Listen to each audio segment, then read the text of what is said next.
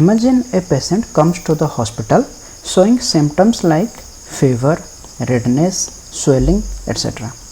The doctor knows it is caused by bacteria but does not know which type of bacteria.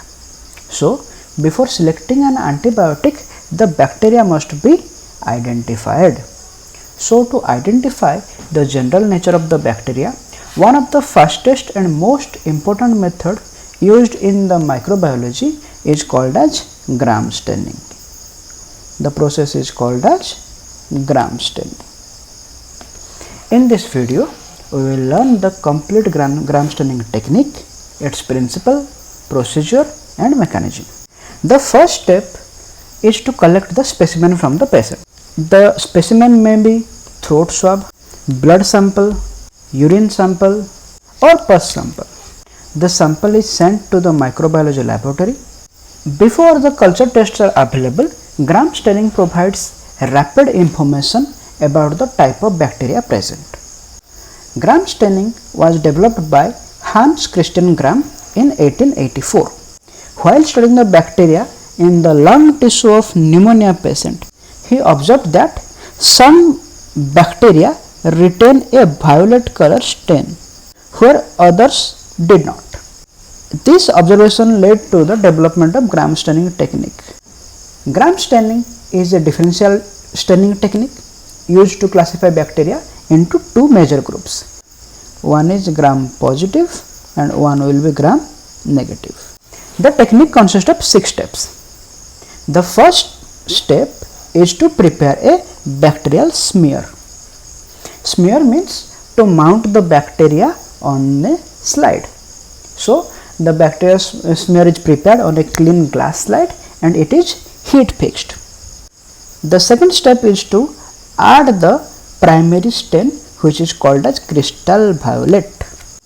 The third step is to add grams iodine. Grams iodine. The grams iodine act as a mordant. What is a mordant? A mordant means a stain fixing agent. Mordant is a stain fixing agent. That means it fixes the stain. It helps crystal violet bind more strongly, forming a crystal violet iodine complex, which we will be studying in the later slides. The slide is then treated with alcohol or acetone, which act as a decolorizer. That means the color will be lost. The fifth step will be to add a counterstain, and the main counterstain is Safranin. Finally, the bacteria is mounted under a microscope and we can see the bacteria. Again, first we will prepare the smear, then we will add crystal violet. The third step we will add iodine, grams iodine. The fourth step we will add acetone or alcohol to decolorize. The fifth step is to add a counterstain, that is Safranin, and the sixth step is to rinse, dry and observe under a microscope. If the bacteria appears purple or violet under the microscope, then they are classified as the gram positive bacteria. If the bacteria appears pink or red under the microscope, then they are classified as gram negative bacteria. There will be 6 steps. After those steps, if under the microscope on the bacterial slide, if the bacteria appears purple or violet, then they are gram positive bacteria. If they are pink or red, they are gram negative bacteria. But why do some bacteria remain purple and others become pink? To answer that question, we first need to understand the difference between gram positive bacteria cell wall and gram negative bacteria cell wall. But first we will see how to prepare a bacterial smear. A small amount of bacterial culture is spread on the slide. This is the microscopic slide. Small amount of bacterial culture using an inoculating loop. This is an inoculating loop, not this one. This is an inoculating loop. Using an inoculating loop, the bacteria will be taken from the culture tube and placed on the microscopic slide. Using a sterile inoculating loop, transfer a small amount of culture to a clean microscopic slide, spread it to form a thin smear. Then the smear is allowed to air dry. Then it is heat fixed, because heat fixation kills the bacteria and firmly attach the bacteria onto the slide. So pass the slide with smear up through the flames 2 to 3 times, do not overheat. Then this smear is ready for staining. Let's see the cell wall of gram positive and gram negative bacteria. On the left side we have a gram positive bacterium. For example, an example of gram positive bacterium is Staphylococcus aureus, and an example of gram negative bacteria is Escherichia coli or E. coli. Notice that in gram positive bacteria there is a very thick peptidoglycan layer, approximately 20 to 80 nanometer thick. Embedded within this peptidoglycan layer there are teichoic acids and lipoteichoic acids. The yellow ones are teichoic acids and the blue ones are lipoteichoic acids. And this yellow one is the cytoplasmic membrane having a phospholipid bilayer. Gram positive bacteria does not have a outer membrane. The outer membrane is the peptidoglycan layer. But in case of gram negative bacteria, we can see that the peptidoglycan layer is very thin, around 2 to 7 nanometer. However, the gram negative bacteria possess an additional outer membrane. This is the outer membrane of gram negative bacteria. This is the peptidoglycan layer. You can see in gram positive bacteria the peptidoglycan layer is very thick, but in case of gram negative bacteria the peptidoglycan layer is very thin. You can see that. But in gram negative bacteria, in addition to the peptidoglycan layer, there is an outer membrane. This is the outer membrane. This outer membrane contains lipopolysaccharide which have 3 components. The first component is O antigen, second is core polysaccharide, and third is lipid A, which can act as endotoxin and it contributes to pathogenicity. The outer membrane of gram negative bacteria also contains a protein called as porin. They are beta barrel proteins, beta barrel in structure. They allow the passive diffusion of very small molecules to enter into the cell, nutrient and very small molecules. Between the outer and inner membrane, the outer membrane and the peptidoglycan layer, there is a periplasmic space. This space contains enzymes and various binding proteins. Therefore, the major difference in gram positive and gram negative bacteria, which is the most important deciding factor for the gram staining, is the thick peptidoglycan layer in case of gram positive bacterium and very thin peptidoglycan layer in gram negative bacterium, and in the gram negative bacterium there is a outer membrane. Next step is, the first major step is to add the primary stain, which is called as crystal violet. At this stage, when we add crystal violet to the slide, to the smear, both gram positive and gram negative bacteria, both bacteria absorb the dye and appears purple. Therefore, after crystal violet staining, we cannot distinguish the gram positive bacteria with gram negative bacteria. The thick peptidoglycan layer in gram positive bacteria allow crystal violet.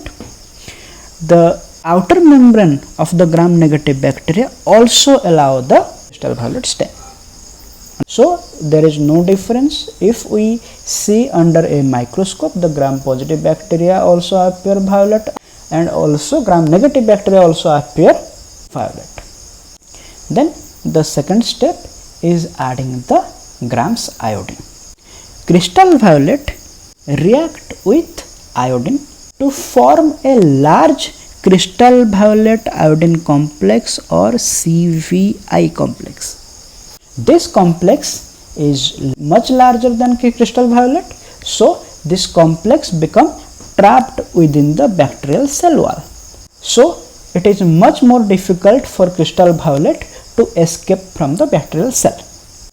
Understood? How iodine acts as mordant, how iodine fix the stain, fix the color?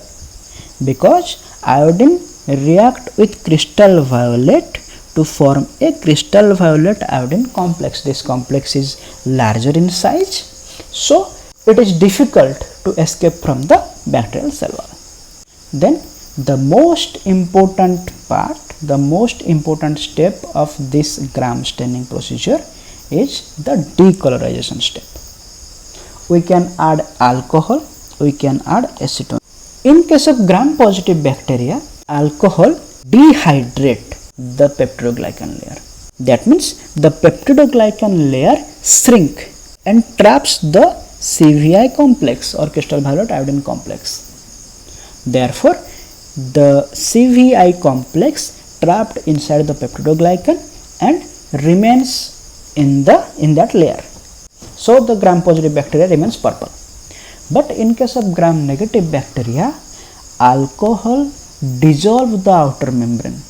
If the outer membrane is dissolved, that means there is a path for the CVI complex to escape out. So the crystal violet iodine complex, in case of the gram negative bacterium, they escape that layer and they go out. So the gram negative bacteria becomes colorless. Again, it is the most important step. In case of gram positive bacterium, the alcohol dehydrates the peptidoglycan layer.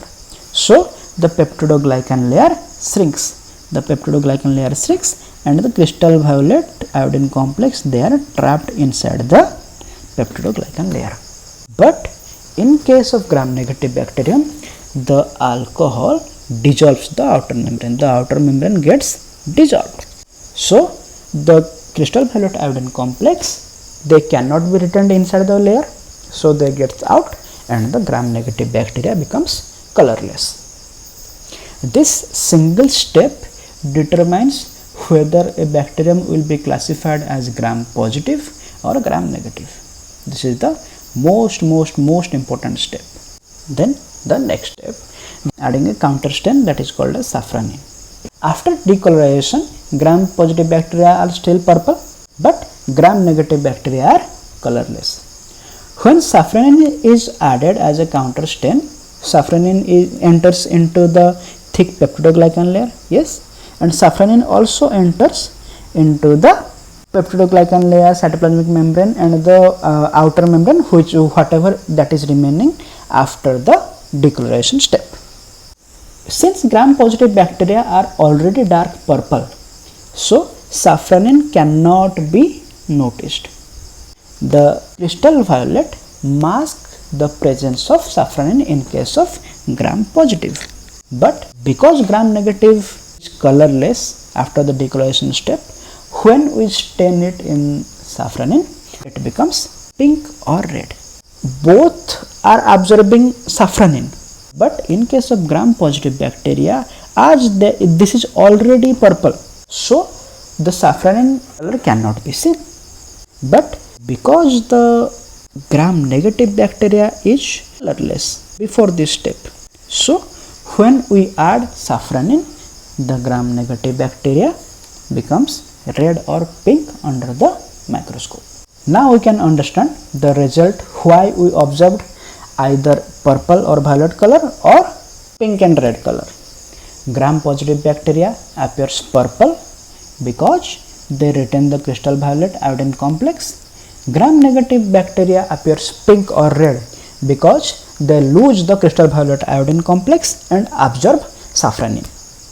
This difference helps microbiologists identify bacteria quickly and assist the clinicians in setting appropriate antibiotic treatment. Okay.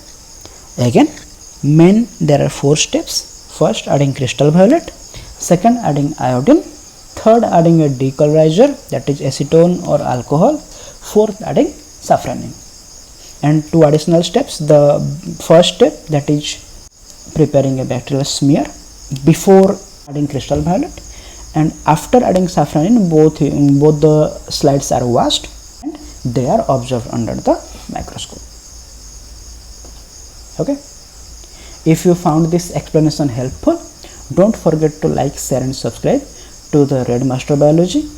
In the next video we will continue exploring important biology concepts with detailed diagrams and easy to understand explanations. Thank you.